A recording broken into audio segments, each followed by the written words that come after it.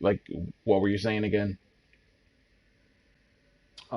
Not basically that, how they built the game is like you have serious gamers that put time in and they basically give you nothing. Like we do so many Wall Streets thinking that you're gonna get the Bullet King drop and it's just impossible. It's just sometimes you do it three times and it won't even drop. And then when you open up these special rooms with the cases, you get purple, you get like the cheap items. Like, are you serious? Weapon damage 4%. They give you pistols. You like, are you like? Is this? I can see why people get upset with the devs. It's like, come on, guys. We love this game. We enjoy it. So, if we grinding and putting time in, please make it worth our while. Like, come on, guys. Yeah. Um, so I think what I was going to say is, with respect to a build. So, for example, recent over just the past week, I got my critical hit damage up significantly, critical hit chance. I've got some nice builds that are put together. And last night I was running title basing with a couple of friends, and we Hmm. got to the final part of it. We were doing it on challenge, not heroic. Get to the final part, and we got smoked a couple of times, so we just changed out some stuff real quick. I think I added like two skill tier. Um, my healing went up big time. My ability to refresh the bleed hive went up, and we were able to get through it. It wasn't just me making the change, but it was everybody making small changes. So I think a lot of it is learning how to adapt um, on the fly, and like even with the hazard protection, right? So I got Hmm. my build that's gonna give me. Let me see what my hazard protection is.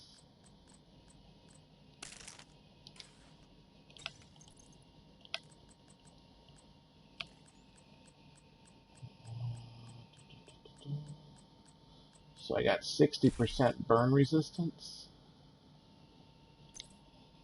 and I feel like I should have more than that. I feel like whatever it was that I put together gave me more than just 60. I know I thought I had it up to like 77% or 79. Let me see, is this it?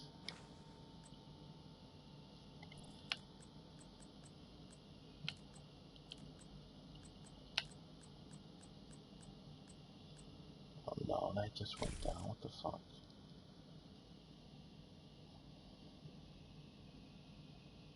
I think it was the mask. The fuck? Oh, I know what it was. I let me find this backpack. Okay, so check it out. So I've got this backpack, right, that's got really high armor and 10% explosive resistance and 20% repair skills. And what I did was, actually, no, it's this backpack, this gorilla backpack. So I recalibrated it to take off the hazard protection and I put on critical hit chance because I basically took the mask and I replaced critical. I took hazard protection, I think, off of both pieces of equipment as attributes, and I replaced it with critical hit chance just because I wanted the critical hit chance. So, like right now, I've got 52.9 and 60. But here Okay. at the recalibration station, and this is what's nice about the library, and I think part of what your struggle is, and it's everybody's struggle right now as we learn how to adapt to the new system, right? Because up to this point, it's like, okay, you got this recalibration station with the recalibration library, but then what do I do with that other than just putting things into my library? So Yeah. let me just walk you through this here. So if my build currently, like I said, I've got um, my critical hit chance is almost maxed out. It's maxed out on my secondary, just not on my primary. So hazard protection Hmm. is 23.6, and that's going to be 23.6 for everything else, except currently I have burn resistance at 60%, right? Mm. And I still have pretty good critical hit chance, and I have critical hit damage at 102.9, and 110.9. So I'm doing good damage there, and critical hit damage, at least as a shooter, right? Like damage is everything. DPS is everything if you're using a gun. If you're using skills and secret mines with 2 million, 3 million, or whatever it is, then DPS doesn't matter as much. So I've got these two. I got this mask. It's a Seska Voiroba SRO. It comes with critical hit chance, 10% hazard protection, and 10% health, but I only have 2 or 3, so I get crit chance of 10 and then hazard protection. Now the attributes, I took off hazard protection to give me critical hit chance, and then on the backpack, also Seska Voiroba, I took off hazard protection and put on critical hit chance. So right now, 5.9 plus 6, that's 11.9 crit chance. Now I'm going to lose that right now, but I'm going to take my hazard protection up a fucking notch. And fortunately, I have the resources to do this. So let me see here. Critical hit chance, hazard protection 9.4. I'm going to add it on. And what's better about the system now than previously, like, I don't know if you remember, but before this new recalibration, library, and all this other stuff that they added, when you recalibrated an item the first time, let's just say it cost you 50 electronics and 50 ceramics and 50 of polycarbonate or something, right?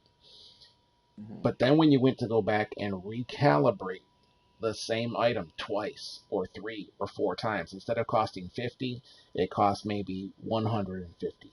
Then it cost 300. Then it cost 450. I remember I had recalibrated one of my items to the point that if I were to recalibrate it one more time, it was going to cost me like a 965 item points, which was like more than half of my fucking stash, right? That was Wow. expensive as far as recalibrating. Um, Now the backpack, I'm going to take off, and before I even touch this right now and recalibrate again, what did I say? I had burn damage at 60%.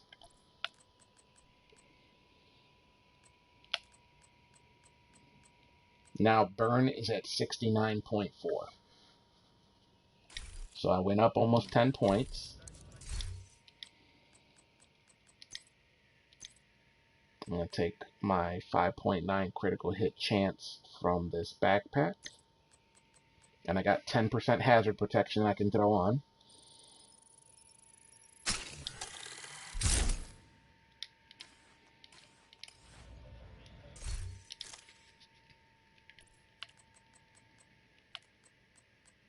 So overall, hazard protection, bleed, blind, confuse, disrupt, ensnare, poison, shock resistance is at 43%.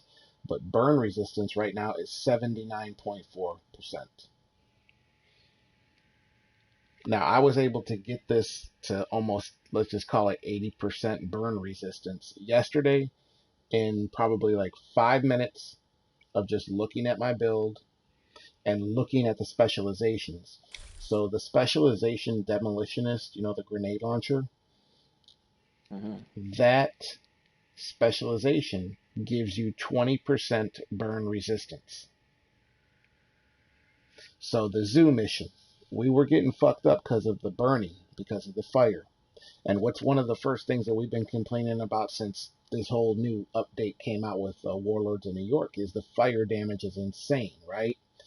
And so Hmm. many people were complaining about it, but I never heard the devs say, listen, guys, you can get yourself to like 80% hazard protection really quick.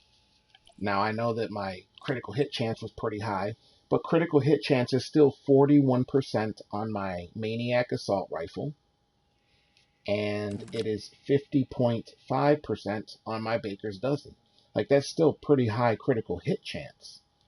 And my critical Hmm. hit damage didn't go anywhere. I'm still doing 110.9, and I'm doing 102.9. And then my weapon damage is still 77.5, all weapon damage bonus. Marksman rifle 15, rifle 25, AR 15. So, okay, the weapon damage isn't as high as I might like it, but guess what? Now I don't have to be as worried about fire as I was just 24 hours ago. Exactly. So, regarding the difficulty, right? And I think really, we were getting frustrated with fire, and obviously there's a lot of players out there that are frustrated with fire, but